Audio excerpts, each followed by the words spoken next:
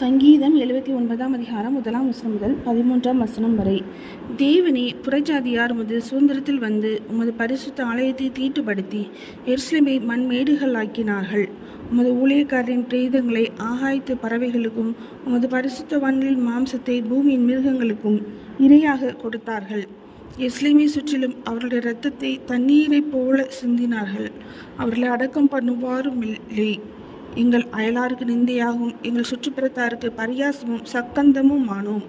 எதுவரைக்கும் கர்த்தாவே, நீர் என்றைக்கும் கோபமாய் இருப்பீரோ? உம்முடைய எரிச்சல் அக்கினியைப் போல் எரியுமோ? உம்மை அறியாத ஜாதிகள் மேலும் உமது நாமத்தை தொழுது கொள்ளாத ராஜ்யங்கள் மேலும் உம்முடைய உக்கிரத்தை ஊற்றிவிடும். அவர்கள் யாக்கோபை பட்சித்து அவன் குடியிருப்பை பாழாக்கினார்களே. பூர்வ காலத்து அக்கிரமங்களை எங்களுக்கு விரோதமாக நினையாதேயும். உடைய இரக்கங்கள் சீக்கிரமாக எங்களுக்கு நேரிடுவதாக. நாங்கள் மிகவும் தாழ்த்தப்பட்டு போனோம். எங்களை ரட்சிக்கும் தேவனே, நீர் உமது நாமத்தின் மகிமை நிமித்தம் எங்களுக்கு உதவி செய்து உமது நாமத்தின் நிமித்தம் எங்களை விடுவித்து எங்கள் பாவங்களை நிவித்தியாக்கும். அவருடைய தேவன் எங்கே என்று புறஜாதிகள் சொல்வானேன்.